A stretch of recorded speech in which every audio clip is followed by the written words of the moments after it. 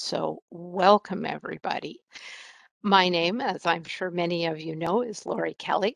I'm the Provincial Coordinator, Program Operations for Alzheimer's Society of BC, and I'm today's host. Right now, I'm delighted to introduce today's presenters. Three of my colleagues who are support and education coordinators for the Alzheimer's Society of BC. Victoria Wilson, Amelia Gillies, and Castine Breckwald.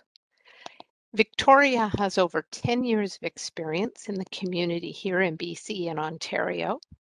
Amelia brings a background in supporting people with cognitive and physical disabilities. And Castine has supported people through difficult, life-changing situations for over 10 years.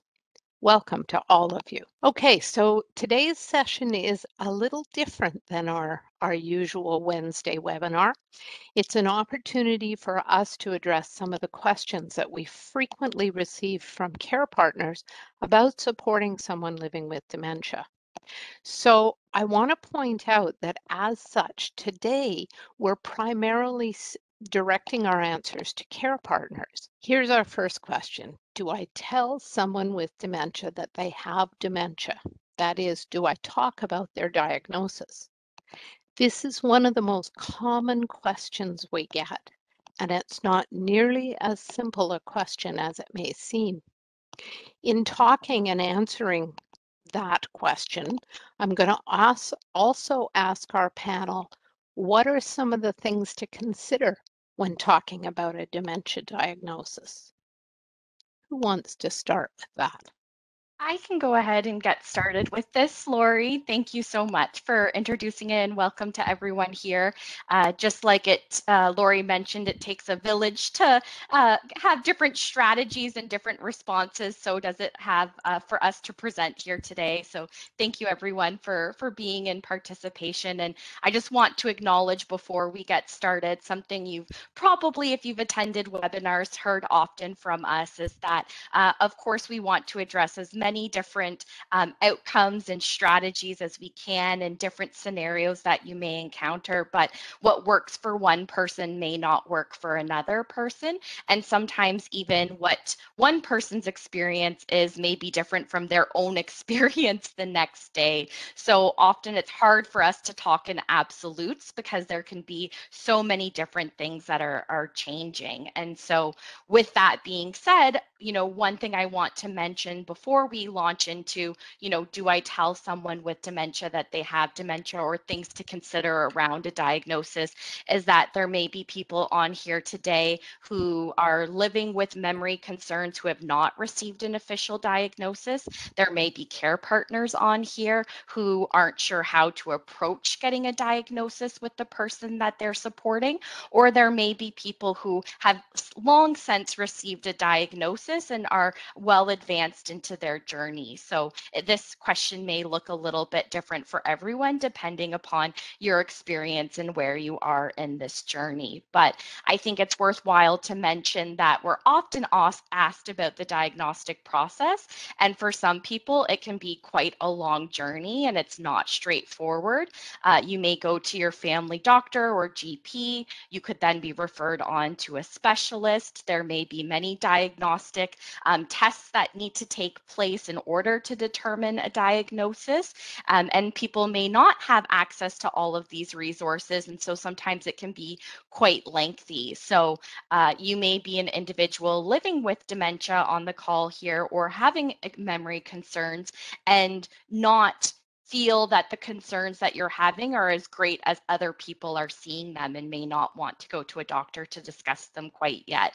Or you could be on the other side of that and be a care partner who sees some of these changes and isn't quite sure how to approach, getting a diagnosis. So as we said, first step typically is speaking with your family doctor and then determining what those steps would be from there.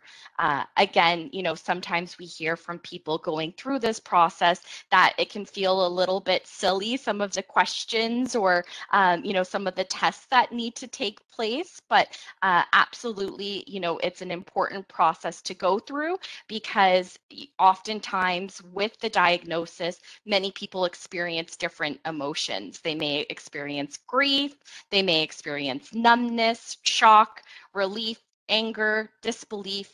There's a variety of emotions that people can experience. But as I said, sometimes it can be relief, and it can confirm what we're already kind of concerned about. So it is important to seek out a diagnosis if we're able to.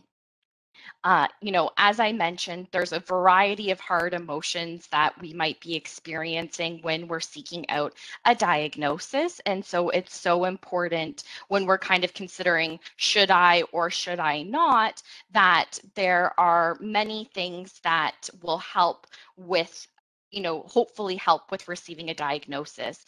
The 2011 World Alzheimer Report actually stated in their research that people living with early stage dementia often wish to be told of their diagnosis. And again, each person looks a little bit different, but we often say that it's helpful to express at least once you have received a diagnosis, what the diagnosis is to the individual living with dementia. And if you are an individual living with dementia, that may be something that you want to express throughout this process, your feelings and emotions and what that looks like for you. Oftentimes we're kind of asked, why or why not? What's the importance of getting a diagnosis if it's not, there's not a cure, there's nothing that will potentially change that outcome. But there's many interventions that we can have access to that may support you throughout the journey. And so again, it might be a family decision, and what that looks like can be so individual. But I would highlight that, a lot of early therapeutic interventions, again, that were mentioned in the World Alzheimer report, can be actually proven to affect improving cognitive function. It may be that there's a depression that might be existing, and it can help with that. That can alleviate sometimes the impact of some dementia symptoms that people are experiencing. It could improve the mood of the caregiver. Oftentimes, if we don't know what we're dealing with and we have an answer to that, then we know how we can kind of best proceed forward, and that might improve our mood. And it can even sometimes potentially delay a move into long-term care. So, while it is really easy to kind of think, well, there's nothing that can be done, or, maybe there's no point to a diagnosis, absolutely, I just wanted to clarify that there are some interventions that can be more effective, particularly when they're started, as early as possible in the dementia journey. So those are just some thoughts about, maybe the why or why not about getting a diagnosis. I know that was a lot of information that I covered very briefly. So I definitely want to pass it over to Amelia so she can maybe talk more about communicating that to someone. Thank you so much. You did a great job of showing why it might be important to get a diagnosis. And then when someone's responding to that, how they respond will vary widely, depending on where they're at with their disease, what type of person they are. I mean, that's the most important part, right? We've heard that some people might respond with relief, particularly if you've already felt like something was off, as you might be feeling like there's finally an explanation. Or you might feel sad or scared, whether you're the person receiving the diagnosis or the care partner. How anyone responds also depends on the level of insight that you have into the changes that you've been experiencing or seeing. Because of the nature of dementia, it can actually cause fluctuating insight, so that one day you're either not bothered or don't feel like you have any memory concerns, and then the next you might be upset over forgetting something. Like, I can't believe I forgot my sister's birthday. I never forget birthdays. I must be getting old. One way to support someone who's saying these kind of things can be to validate that frustration and ask what is bothering them. By doing this, you invite a discussion, and it might allow both of you to go further with your concerns. Try and include yourself if you're offering suggestions, like, I find it helpful when I write down important dates in my calendar in the den. You know, do you want to do that? Shall we set up a calendar for you? That way you're offering a strategy and meeting them where they are without emphasizing their memory loss. Dementia can cause anosognosia, which is a fancy way of saying lack of insight, because of physical changes in the brain. You may be more likely to get upset or even mad when care partners insist that there's something wrong. There could be accusations of making things up. If you're a care partner, you might hear something like, "What are you talking about? There's nothing wrong with me. You're the one who's got the problem." A lack of insight is a common aspect of dementia. And to understand that if this is the case, no amount of reminding or cueing or logic or even reasoning is going to convince a person of their diagnosis. If that is the case, and that's what's happening for the person, it's best for both of you to simply avoid discussing it, as the end result is typically frustration and stress for both parties. I often hear this from people, but I'd be interested to hear if that's the case in the chat. Does this sound familiar to anyone joining us today? Let me know in the chat box and how this conversation went for you. And again, as you're typing, I don't share this, and we don't share this to scare anyone, but rather give you a heads up so that you can be prepared for what the reaction might be. Everyone living with dementia, like any other disease, deserves to be told of their diagnosis and given an opportunity to discuss it at least once. Thank you, Amelia, and welcome everyone. And let me just get to my notes here. I'm going to expand a little bit further on the importance of language that we use when talking about a diagnosis and even dementia in general. If you can, one way to approach this situation is to follow your family member's lead. Sometimes it helps to use the language that they're already comfortable with to describe their symptoms. The terms we use can sometimes carry a lot of weight, and depending on the individual, they may have a clear preference. So, for example, they may dislike the term Alzheimer's disease or dementia, and might be okay if it's a much simpler word like memory loss. And so it helps to kind of listen and to find some key words that you might just kind of pick up on and then use those in your conversation. And hopefully they're terms that will describe what's happening, but they're not as weighted as the ones that I've just pointed out. I have learned from speaking with people who have the lived experience of that some people living with dementia prefer to share how you can support them with specific, with talking about specific symptoms. So then rather than disclosing a formal diagnosis, it might be important to have a conversation about the things that aren't working as well, and to support the person living with dementia with those specific symptoms. For example, I have difficulty processing information, and sometimes I need a little help along the way to respond in a little bit extra time. If you're able to have a conversation with your person, it's okay to find ways to talk to them about the diagnosis and to kind of work with it in a way that really makes sense for them. And you know, it's important sometimes to also recognize, is there some information that you might want to share in a public setting? Is there some information that you would prefer to keep a bit more private? It is really important to kind of just gauge what the person living with dementia might be experiencing and to look at the sensitivity of the conversation. Sometimes we're also not able to have a conversation due to the lack of insight brought on by dementia. But we might be able to pick up on these preferences informally, and we can follow a lead of the person that's living with dementia to just get a sense of what is acceptable for them and what they can talk about. The words we choose to use when talking to someone about the diagnosis are important. There is a stigma that surrounds diseases that impact the brain, and we can help combat that by practicing person-centered language, both with the person living with dementia and when we talk about dementia in general. For example, try to avoid saying things like, she's crazy, he's lost his marbles, describing the person as demented, senile, or other sayings that can be demeaning or focus solely on what they have lost. Living with cognitive impairment does not diminish one's self-worth or right to be treated with dignity and respect. I just said some really difficult words for people to hear, and I can't emphasize enough of how important it is to find a way to find words that are gentle, that are kind, that are somewhat descriptive, but that are really tailored to the person's understanding and ability to respond.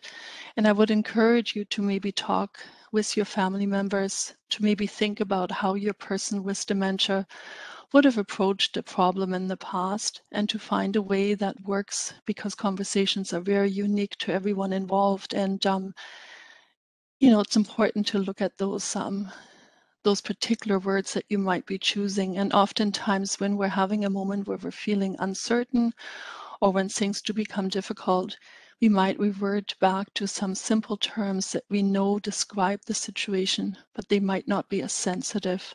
So it's a good idea to build that vocabulary ahead of time, to find ways to maybe incorporate some things and to make note of things that you're hearing, and then kind of create this particular language that you might have around what's happening at home. It will just simplify things, and it will hopefully remind you that there are gentle ways to approach the conversation. Sometimes we may need to gently remind others in our lives about the use of person-centered language as well. So if you're with family and you notice some of the conversation might be difficult, you could gently remind them. And occasionally it's even important to let healthcare providers know that in maybe your setting, you would prefer the language to be much more person-centered and much more in mind with the person that you're looking after. Person-centered language avoids reducing the individual into a series of medical terms or labels and puts the person before the disease. Never lose sight of the person and who they are as an individual. They are much more than their diagnosis. Sometimes how we frame the conversation and the words we choose can make a huge difference in the response that we receive. More information on person-centered language can be found on our website. We've included a link in the chat box to a page with helpful links, including the one that's called Person-Centered Language. So I'll give it back to Lori. Thank you very much, and thanks, Sarah, for popping that in the chat box. Excuse me. Before we go on, I want to have a quick look at some things that you guys have all shared in the chat box. Really, a number of people mentioned aspects of the lacking insight, whether it may be that the person doesn't seem to understand their diagnosis. And so I think I really appreciate the bit that you shared, Amelia, on the aspect of lacking insight may be a part of the brain changes, and that's an important piece to know. Couple of people shared, Joan shared that what tremendous relief it was for her to receive a diagnosis, because she said she had her suspicions and she wants that out in the open with her family. I really commend you for that, Joan, and thank you so much for sharing that, because I think sometimes people in the family can feel that they have to tiptoe around it. And so it's very, very helpful, and I really appreciate you sharing that. Jenny shared that her mom thinks that sometimes she says, I'm a senile old lady. And so Jenny reassures her mom that no, it's a disease. And that's a really good way to approach that. Someone mentioned that dementia, the word dementia can be a trigger. So just as you were talking about, Castine, changing the language to be appropriate to what the person is open and willing and able to hear. So suggesting forgetfulness, for example. I've got one that really stood out to me, Laurie, if you don't Thank mind you, me jumping Amelia. in. So you got to give your throat a chance to close up again. I really found very interesting. Someone said, I'm not sure if they understand the diagnosis. I assume talking about a family member.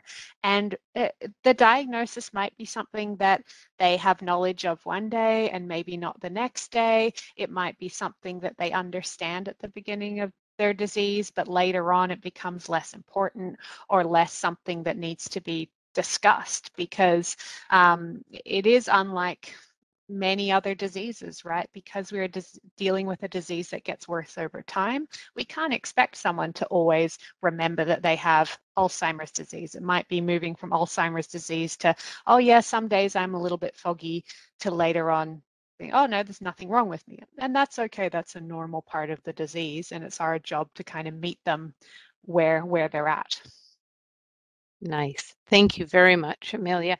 And that fits very well. There's two last final comments, and really what you just said addresses them as well, where Susan says that her husband doesn't believe he has Alzheimer's, but he's quite happy to continue to go to his memory doctor. So again, language.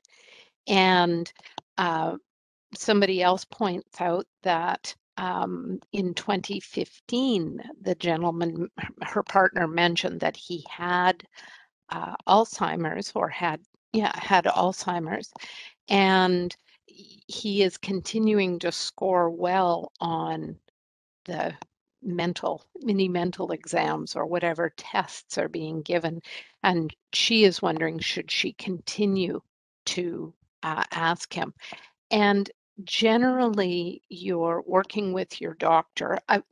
Lois says, what is a memory doctor? It's not that there actually is a memory doctor, it's that her husband likes to think that that is who he's going to, rather than that he's going to see someone about dementia. He's more comfortable that he's going to see someone about his memory. And anyway, sorry, addressing seeing your family physician or seeing someone fairly regularly is a very good idea, because dementias are progressive and it is over time that we see changes. Not every time a test is taken, but because some dementias progress very, very slowly. So thanks, everybody.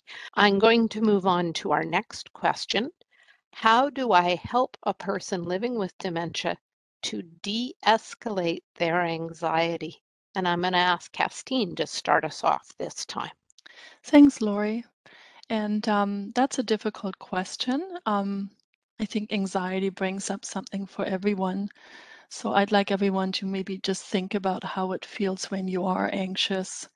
And I have some of those feelings presenting to you today. So there's a sense of blood pressure rising, your heartbeat gets faster, you feel on edge, you're hypervigilant. So there are a lot of things that happen to you physically that bring on this feeling of anxiety. And because dementia affects a person's attention, emotional regulation, memory, decision making, and overall ability to process stimuli in the environment, those of us living with dementia are much more susceptible to feelings of anxiety. And, stimuli really is just any kind of stimulation that might exert an expression or a response from us. And many things can trigger an anxious moment for a person living with dementia. And unfortunately, anxiety can become quite exasperated as a symptom of dementia. So we do hear very often that people who have dementia might have anxiety. And there are many reasons why a person living with dementia has difficulty. There are changes in the brain that result in that are resulting from the dementia, which have affected the person's ability to regulate their emotions. So they might just escalate in their emotions and they might not have a way to calm themselves down. And that just becomes really complicated for them. Sometimes awareness of changes that they're experiencing, this can lead to worry about their future. And they can have days where they're really quite aware that something is changing and how do they handle this? And so that creates anxiety. If the person doesn't have awareness, then they have an increased difficulty in making sense of the world around them. So for them, they don't quite know how to make sense of what's happening. And so they become quite anxious because that's an uncomfortable way for them to live. And sometimes it can be a family history of anxiety or having experienced anxiety in the past. Often when I talk with caregivers, I might start the conversation and I might want to talk a little bit about anxiety and just draw attention to the fact how easily that can happen for someone with living with dementia. And I'll say to them, it's like getting up in the morning and you just didn't have a good night's sleep and you're feeling out of sorts and you feel like maybe there's just something not quite right. Maybe you can't put your finger on it. And so you go through your day always trying to make peace with that and coming back to a place of feeling content and really knowing and understanding. And, you know, there's a possibility that a person living with dementia might not get to that point where they're 100% comfortable because they're picking up that something is different or they're finding something unfamiliar that they may have found familiar before. And so it can be very difficult and exhausting for them to have a simple at-home day where you will have as a caregiver, you'll have a day like the day yesterday or the day before. For them, it might feel out of sorts. Experiencing anxiety is actually quite common for people living with dementia for all the reasons that I've just talked about. And often new situations like going to a new store, redecorating your living room, meeting new people, or having guests in the home, that can all increase a person's anxiety. Changes force the brain to work extra hard to make sense of what is happening. And this can be tiring. And it can be a source of anxiety if the person can't remember what caused the change or why it's necessary. For example, you might tell your family member that you are stepping out of the room to use the washroom and you'll just be back in a few minutes. You might not even get out to get the door closed before they're asking how long you're going to be or why are you in there. The person may have forgotten where you said you were going. And since you're their source of safety and security, they feel anxious when they can't see or hear you. And so that can be very difficult for them. I'm going to turn it over to Victoria to now talk a bit more about some specific strategies that you can use to try and help someone to help them with their anxiety level. Thanks so much, Cassine. And yeah, absolutely. There's kind of that generalized anxiety, and sometimes it may be attributable to something particularly that's happening, a trigger, if you will, for an individual living with dementia or memory concerns. So, one thing that we often say is to kind of look for clues. You know, everyone wears many hats, and often they may feel like a part-time detective or a full-time detective some days. You know, sometimes there's what's presented to us, and then there's what may be a little bit deeper down that's the actual root cause of what it is that we're seeing. And so being able to investigate that a little bit further can sometimes be helpful to, you know, potentially remove that trigger and then lessen that anxious response that we may see. So yeah, kind of looking for clues, and that can be a variety of things. Sometimes it can be the environment, sometimes it can be the time of day. Maybe you're finding that they're a little bit more anxious in the morning. So, you know, going to a doctor's appointment, which is a new thing for them that might make them anxious anyways, may be better scheduled in the afternoon versus the morning when we're already seeing that they're a little bit more anxious when they wake up. So just looking for some of those clues and then trying to adjust accordingly. Although, of course, not always are we able to adjust to everything, but definitely trying to make as much accommodation as we can. And what can also sometimes be helpful with that when looking for clues is actually having a journal or writing down some of the symptoms that you might be seeing or some of the anxiousness that may be coming through, and being able to write that in a journal and reflect back on that can sometimes allow us to see patterns that we may not have otherwise.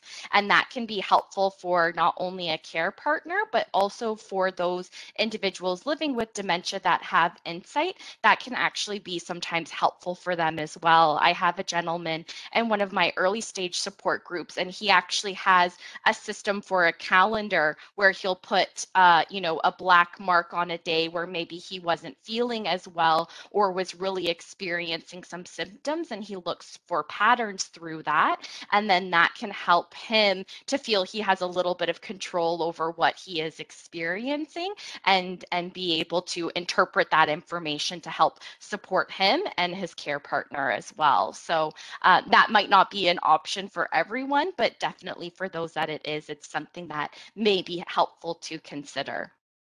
As many of you have already shared in the chat box, of course, just making sure that there's the opportunity to listen to their concerns that they're bringing forward. Sometimes it may not make sense to us, or we may not exactly understand what it is that they're trying to bring forward to us, but just having that opportunity to listen to them, for them to have that opportunity to express what it is that they're experiencing, may lessen that anxiety that they're feeling.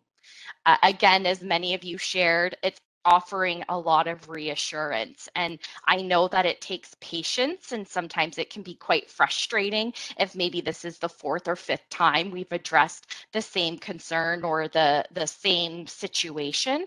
But just being able to take a deep breath and reapproach and offer as much reassurance as possible can be really, really helpful. Many of you have already shared some of the strategies that you use, and you may even have little mantras or little phrases that you find particularly work. And sometimes it's helpful to have handy, some phrases to pull out and kind of apply to the situation. So things like, calming phrases where you are safe here, or, I'm so sorry, it's so hard. And just being able to really connect with that feeling can hopefully reduce some of the anxiousness that may be experienced in that moment.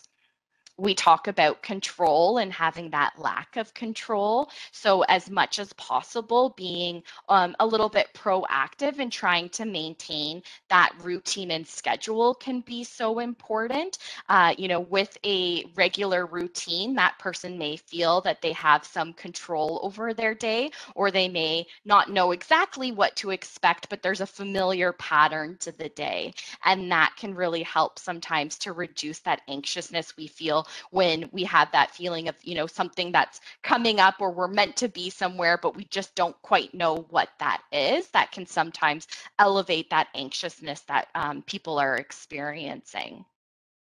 Of course, it's always helpful as well, not only to have some, kind of verbal sayings to apply to the situation, but also just to have some activities as well. And of course, just like person-centered language, you are the expert on either yourself experiencing these concerns or the expert of the person that you're supporting. And so, you know their interests, what they like and don't like, and what may be a helpful distraction or a pleasant activity for them to engage in to reduce those anxious feelings. But absolutely many, different activities that we hear, walking, especially many of you shared that it's starting to be sunny, or there's a reduction of the snow that some people are experiencing. So as the sun comes out, we come a little bit more alive as well, like the flowers. We, may be more willing to get out and go on a walk. Things that are kind of a transactional activity. So where you have kind of a step by step and you start and you complete can be very helpful. So, you know, sorting or matching objects. I know it sounds silly, but, you know, even sorting socks sometimes can just be that rhythmic activity that is complete, that they have control over. That can be really, really helpful. And it doesn't have to be that. I had a story someone told me once of someone who was an accountant, and they really missed being able to have that completion of a task. And so they actually took bubble wrap each day and said, okay, you know, the bubble wrap, pop all the bubbles, and that's your job for the day, and you'll get 5 cents for the completion of this job. And it gave them a sense of purpose. It gave them a sense of structure. It was something they could easily do and complete, and they got paid for it. So it was a really great experience for everyone involved. So it's being creative and taking that knowledge that you have of the person to apply to what activities may be helpful, and keeping that kind of repetitive nature in mind for those tasks. So it could be gardening, you know, even things like touch, hand massage, all of these things can be really, really helpful in lessening some anxiousness or anxiety in that moment. And before I pass it to Amelia to share a little bit more, I would invite you, as Lori mentioned at the beginning, you know, this is a community, and it's so important to have as much information and as many perspectives and different strategies as we possibly can. So I would definitely invite all of you, if you feel comfortable, to share in the chat box while Amelia finishes us off with this question, to put things in the chat box that you have found has worked successfully for you in the past. Are there particular words? Are there particular actions? What have you done to kind of relieve this anxiousness that people feel? Victoria, I'm super mindful that we've got a whole nother question to get through, so I'm just going to wrap up kind of quickly. Again, our focus on this particular question was how to help a person living with dementia de-escalate their anxiety. And I think, Victoria, you gave so many great suggestions, and perhaps what I can do is pull them together into three main approaches. So if you're struggling to think of what to do in this instance, we call them like the 3 R's: to recognize, reassure, and redirect. First off, it's really listening to what's being said, to recognize what is happening, to recognize maybe what is worrying the person, and looking at what might be causing this. And we have a whole education that can kind of go into behavior and what might be causing or what might be triggering different reactions.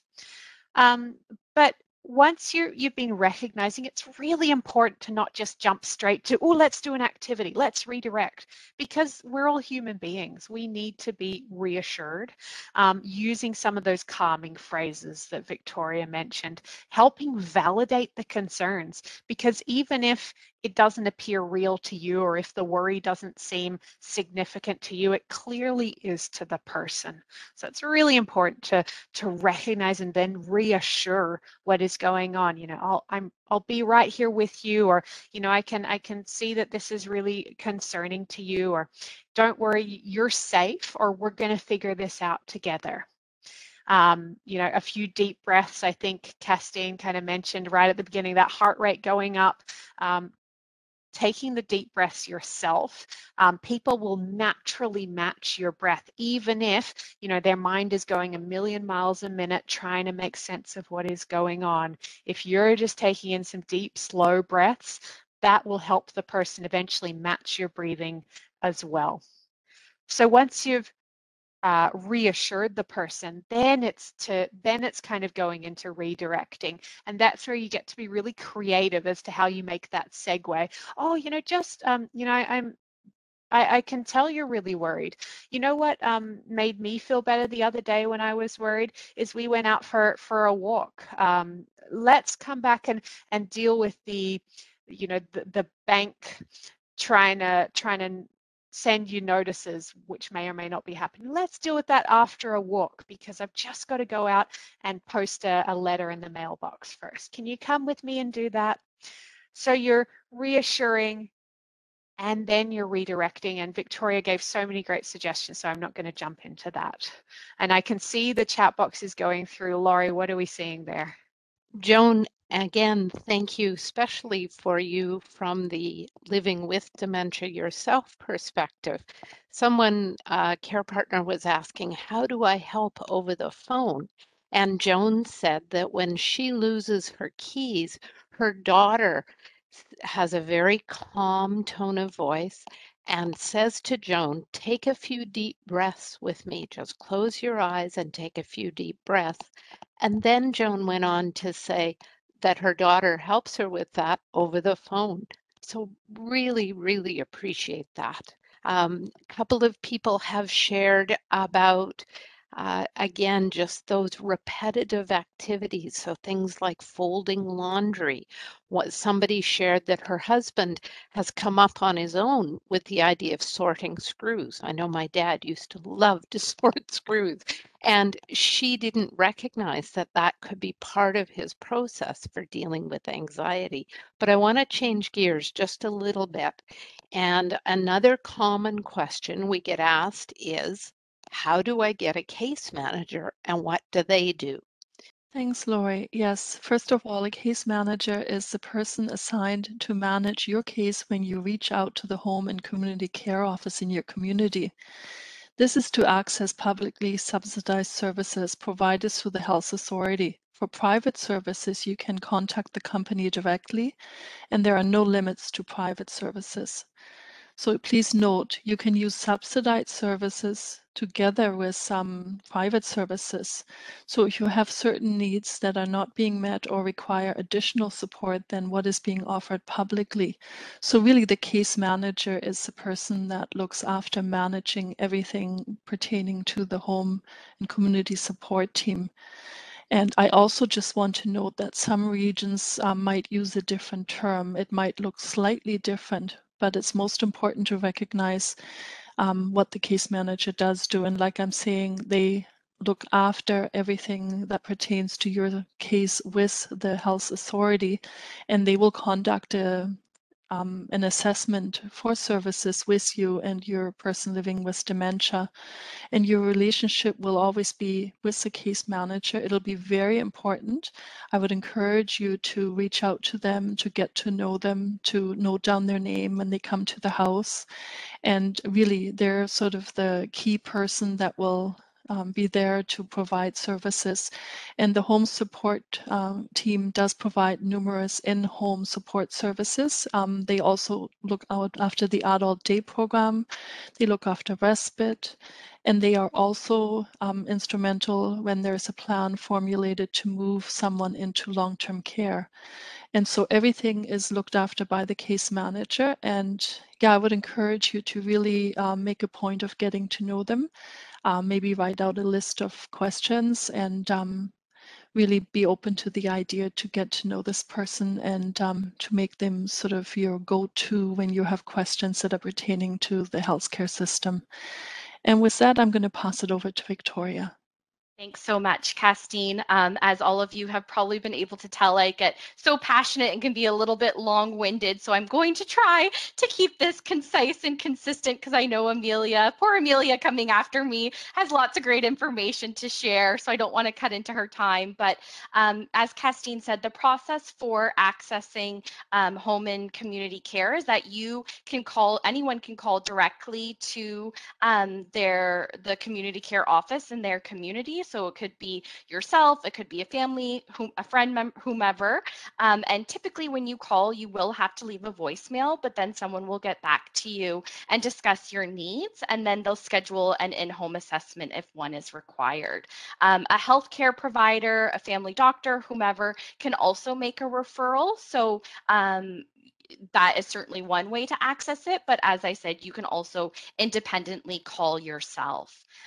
During the assessment, someone from the home and community care office is going to come to your home, and they're going to assess the abilities of the individual living with dementia, how the caregiver is doing, and then they'll also assess the safety of the current environment as well. So, a common example is if there's stairs, if the home is next to a busy road, anything else that could pose a potential risk.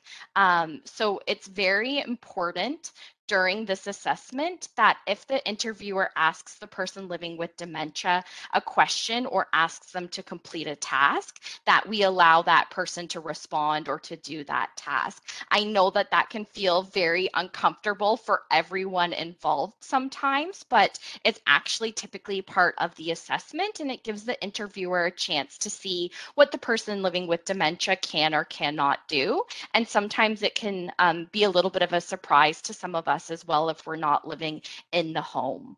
And of course, it's also important for the caregiver to be honest with the interviewer about how they are doing. So, often we like to put on a brave face or we don't want to hurt someone's feelings, but I really cannot emphasize this enough that if it doesn't seem like you don't need the services and all is well, then you won't be able to get the services and all won't be well. So it is, even though very, very challenging, important to be as forthright as possible with what it is that you may be experiencing. Yeah, well, as you were saying, as part of being forthright, it can really help in advance to make sure you document any and all changes that you're seeing in the person living with dementia. If they tend to leave the house and get lost at a certain time, or how many times they wake up during the night, or what extent you have to help them with their activities. Which kind of leads me to my next point, to talk about the support needs. So Victoria mentioned, making sure that the person completes a task or tries to do a task if the case manager asks them to it. Equally, when the case manager asks about their person's ability to do an activity of daily living, like eating or bathing or dressing, they're asking beyond the literal level of can they get their food in their mouths. When they ask if the person needs help eating, what they're really asking is, can the person plan a meal, safely go out and shop for the food, bring the groceries home, store the food safely, recognize when food has gone bad, use the stove safely every time? And do they remember it's time to eat? Are they eating regularly? Are they eating the right quantity of food? So a little question like, can they eat, or are they able to eat by themselves, is a lot bigger, and it shows the level of thought that has to go into each of the areas where assistance might be needed. And you can use that example for, does the person need help showering? Does the person need help dressing? It was a lot of information that we've all just given, so I want to do a quick recap. The question was, how do I get a case manager, and what do I do? The short answer is check in the comments as well. We have in the helpful resources document a link to the different health authorities websites where you can find the phone number for your region, bearing in mind people are joining us from all over BC. But you call that number and leave a message. Someone will call you back to arrange an assessment. The second part, a case manager, they're the person who manage your publicly funded services and the person with whom you need to communicate any changes in health status to. If you all know all this already and you already have a case manager, this information is really important for you because you need to make sure that you keep them updated on how the person living with dementia is doing and how you as their primary caregiver are doing too, because the case manager uses this information to assess the type of services and the frequency of those services that you can access. Thanks, Amelia. And before I hand it back to Lori to wrap us up for today, I just wanted to mention that often we get questions about, kind of if maybe you're not at the level of requiring support with personal care or an adult day program, maybe you just need help with meals and that's not available through the home and community care, where can you go for that? And so a really good resource to have on hand is BC 211. So you can literally dial 211 211 on your phone. You can text 211, or you can go onto the website, and they have a variety of different services that are available by community, and so and what organizations provide them. So that can be a really helpful resource when maybe you're looking for some additional supports around some of those activities of daily living that you're looking for. And so, yeah, BC 211, look at their website or give them a call. And now, Lori, I'll pass it back to you to wrap us up here for today. Thank you very, very much. My goodness, today went quickly. So really appreciate all of your comments. That's just a ton of really practical, useful pieces. And the link to today's helpful resources document will be found below the recording.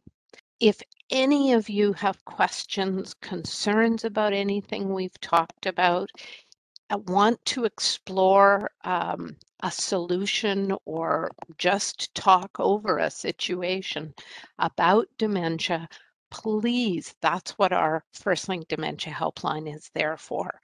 So it's Monday to Friday, 9 a.m. to 8 p.m. in English, and we have cultural and language specific support in Cantonese, Mandarin, and Punjabi available Monday to Friday, 8 to 4.